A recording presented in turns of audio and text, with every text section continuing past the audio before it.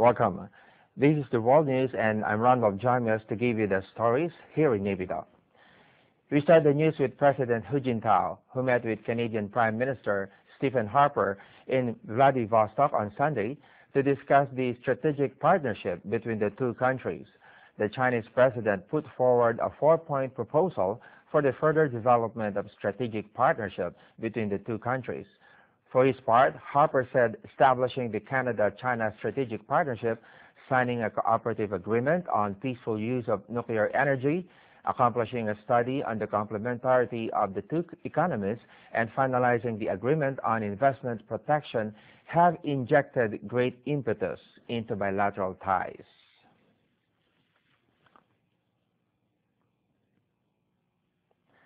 While China is strengthening its bilateral ties with Canada, some parts of the country are experiencing severe weather conditions.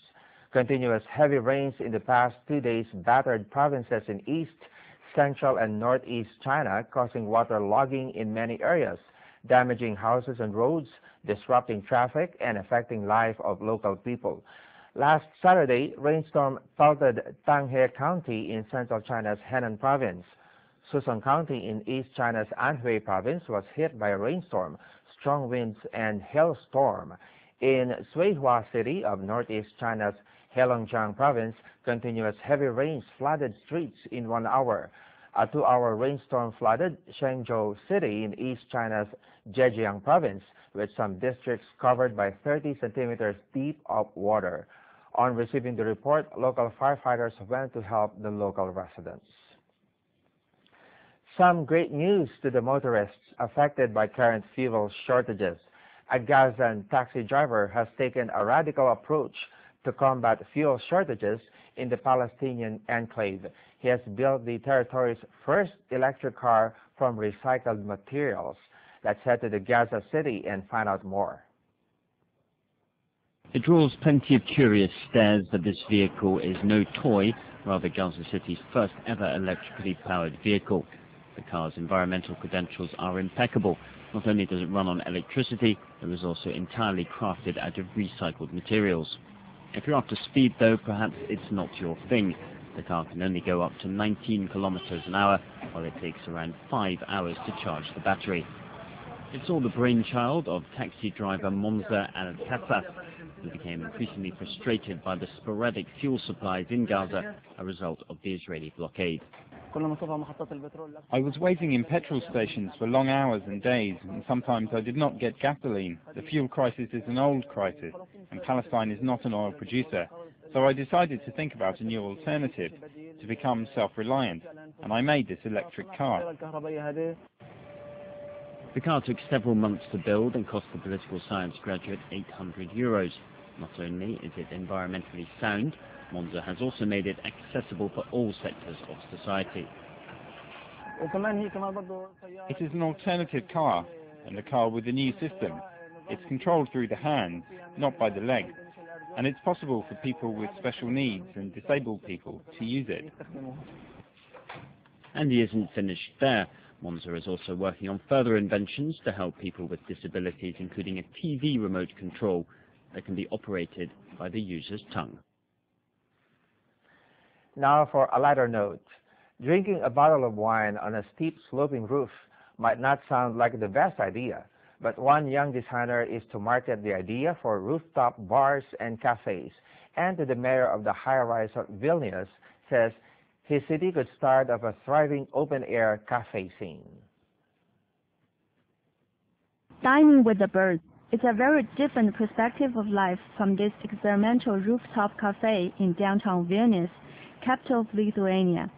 But you're going to need a head for height to drink here. It's all the idea of a 26-year-old design student. Spending time on the roof, drinking wine, listening to the sounds of music coming from the Philharmonic. Oh, this is giving me a strong feeling. I need to return back to my childhood to find out where it began. At the age of 7 or 8, I read the fairy tale The Roofs of Old Town and I was fascinated by it. So it started really a long time ago. It may be simply a table installed on a steeply ridged roof in a historic part of the city, but for many it promises a fairy tale romantic adventure. Even the city's officials are impressed. Mayor Arturas Zorkas enjoys a cup of coffee on the roof, sitting next to the installation. He says the concept should become a reality.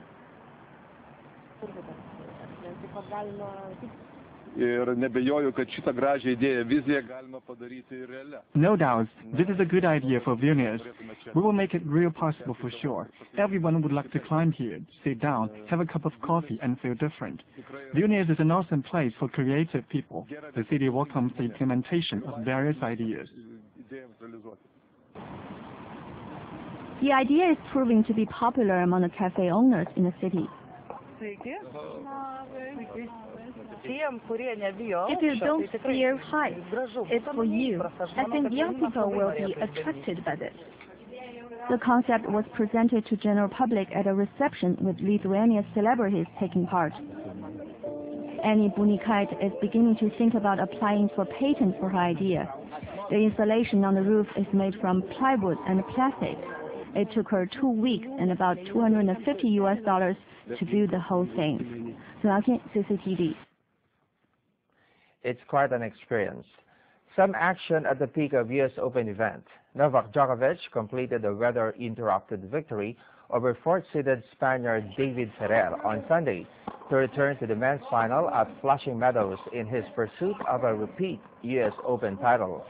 The 25-year-old Serb winner of this year's Australian Open will go against third-seeded Olympic champion Andy Murray of Britain, who is aiming to register his first Grand Slam singles title. Five-time Grand Slam winner Djokovic trailed 5-2 when the match resumed on Sunday under sunny skies. After the 30-year-old Spaniard held serve to end the first set, second seed Djokovic took charge and dominated the rest of the way, winning 18 of the next 25 games to reach his 9th Grand Slam final. Let's have the highlights at the cycling event in Spain. A month after completing a 2-year ban for doping, Alberto Contador showed that he was still a force to be reckoned as he won his second Vuelta a España title on Sunday.